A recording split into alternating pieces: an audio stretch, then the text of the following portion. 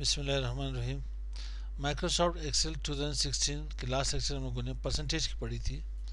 आज हम लोग डेटा टैब के अंदर माइक्रोसॉफ्ट एक्सेल ओपन कर लेते हैं।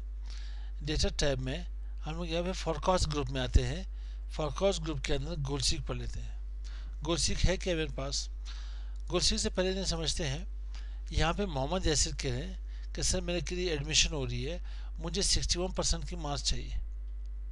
मुझे 61% मार्क्स चाहिए, तो मैं इसके लिए क्या करूं? मेरी परसेंटेज कैसी हमें पूरी होगी? तो मैं इसे ये वहाँ पर कह सकता हूँ कि आप काइंडली मेरे पास यहाँ पे 3 एप्लीकेशन आ चुके हैं। एक यहाँ पे मोहम्मद यासिर की है, एक फिरोज की है, एक वरदान की है।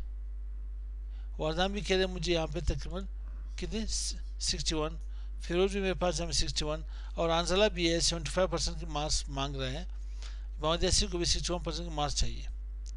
तो मैं इसे ये कहता हूँ कि आप लोग काइंडली ये कर ले कि आप विंडोज़ में, ठीक है, फिरोज़ आप क्या कर ले, आप यहाँ पे आप भी विंडोज़ में, और वरदान आप यहाँ पे एम एस वर्ड में, और अंजला आप यहाँ पे एम एस वर्ड में आप लोग अप्लाई कर ले। आप लोग एक एप्लीकेशन टाइप कर ले रीचेक की कि काइंडली हम लोग का पेपर यहाँ पे रीचेक किया जाए, तो देन मैं कुछ मार्क्स दे देता हूँ आप लोगों को। अब इन्होंने एप्लीकेशन होकर सबमिट कर लिया, अब मैंने इनको मार्क्स देने हैं, तो मुझे कैसे पता चलेगा कि मैं इसको 61% दूँ? तो किस हिसाब से दूँ? परसेंटेज कैसी इसकी बनेगी?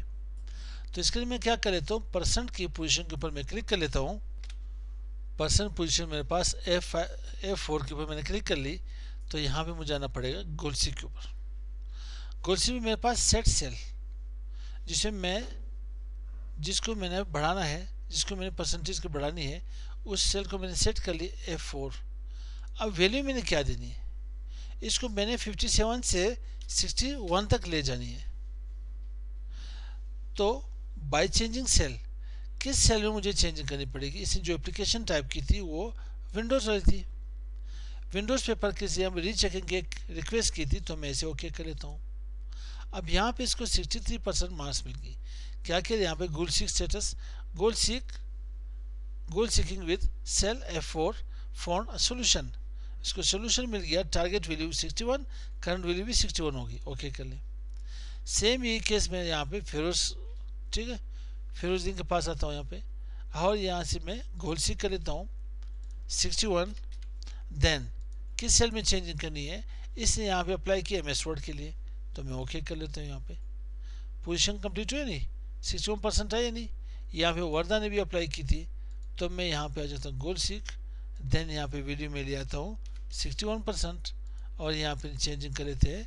इसने एम एस एक्सेल के लिए अप्लाई की थी, किसको रीचेक किया जाए काइंडली। तो पहले मार्क्स कितने थे? 55, अब हो जाएंगे 82। देन इसको 61% की मार्क्स मिल जाएगी। लास्ट में आंसर ने भी अप्लाई किए थे विंडोज़ पेपर के लिए, तो मैं यहाँ पे क्लिक कर लेता हूँ, आता हूँ इफ़ क्या है व्हाट इफ एनालिसिस में गोल सीक। देन यहाँ पे 61% कहाँ पे चेंजिंग करनी है? विंडोज़ 65। तो यहाँ पे तो पहले कितने मार्क्स थे? सॉरी, मैंने यहाँ पे तो मैं गलत टाइप करी। गोल सीक यहाँ पे 75। देन चेंजिंग कहाँ पे करनी? विंडोज़ पेपर में। ये अभी 65 के बजाय कितने आएंगे? ओके कर ले। सिर्फ एक ही नंबर की हमें डिफरेंस आ रही थी।